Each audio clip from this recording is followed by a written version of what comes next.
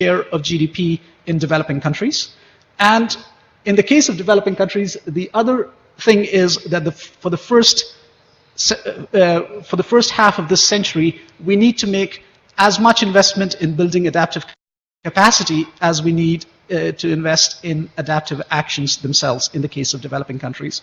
After that, hopefully, there would be sufficient capacity built in that subsequent investments would be more targeted at adaptation actions. So these are just some insights of the kind of information we can get when we try to include adaptation explicitly within integrated assessment models. Now I'm just going to make some final concluding remarks and would be happy to answer any questions later on.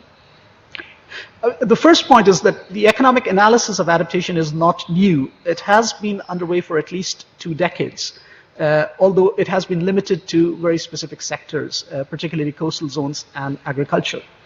What is new is the recent and rapid rise in the prominence of economic analysis in the international policy debate on climate change. And that has taken place only in the last 4 or 5 years.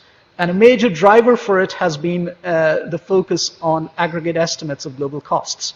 And they have served an important agenda-setting function in the context of climate financing, coming up with these aggregate numbers. But from an operational standpoint, the value of such numbers might be very limited.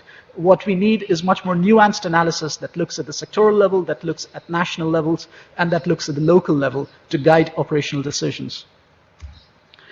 At the same time, what we have also seen is very significant improvements in integrated assessment modeling of both adaptation and mitigation. Integrated models have existed for about 2 decades, but it's only in the last 4 or 5 years that systematic efforts have been made to look at mitigation and adaptation jointly. And this is quite important as we look in terms of how to prioritize investments and how to look at the dynamic evolution of these costs. But at the same time, I think insights from any aggregate assessments are only good as the information they build upon. And this is a key limitation of all the progress we've seen in the last 4 or 5 years. The global estimates ultimately rely on local and sectoral estimates, and most of the bottom-up studies still only consider a very narrow set of adaptation responses, often largely focused on infrastructure-type solutions. The regional and sectoral coverage also has significant gaps. We have information, very good information for certain regions and certain sectors, and for many other regions and sectors, the information is almost entirely lacking. And finally, the climate damage functions which underlie any insights from integrated assessment models are significantly out of date. The information on regional impacts which is factored into these models dates back to 10, 15 years, and we still have a lot of work to do to update that information. So the main point is that we have focused much more on the edifice in terms of aggregate results in the last 4 or 5 years. We haven't made as much investment in improving the foundations of research, which would lead to improved estimates, and that should be a key priority going forward. And a final point I'd like to make before I close is that this talk and much of the debate in recent years has focused on costing and financing and what role economic analysis can play there.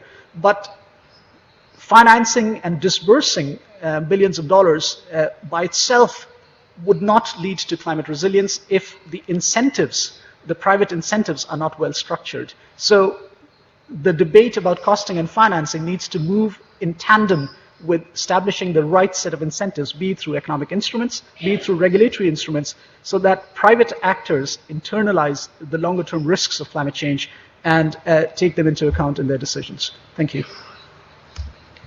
Thank you very much indeed.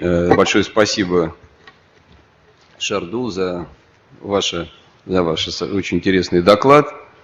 Коллеги, я с удовольствием передаю слово для следующего сообщения профессору Рой. Если я не ошибаюсь, да, все правильно у нас по программе.